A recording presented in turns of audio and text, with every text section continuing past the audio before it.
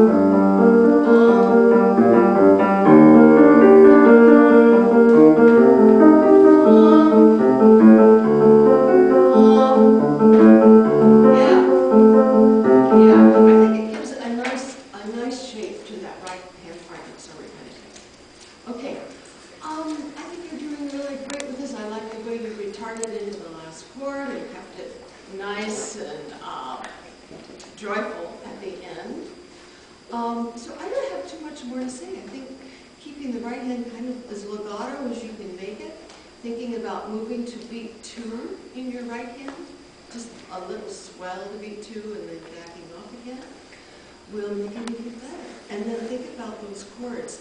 See if you can make a difference between the chords that are dissonant, and your teacher will help point those out to you, and those that are really relaxed. Good job. Thank you very much.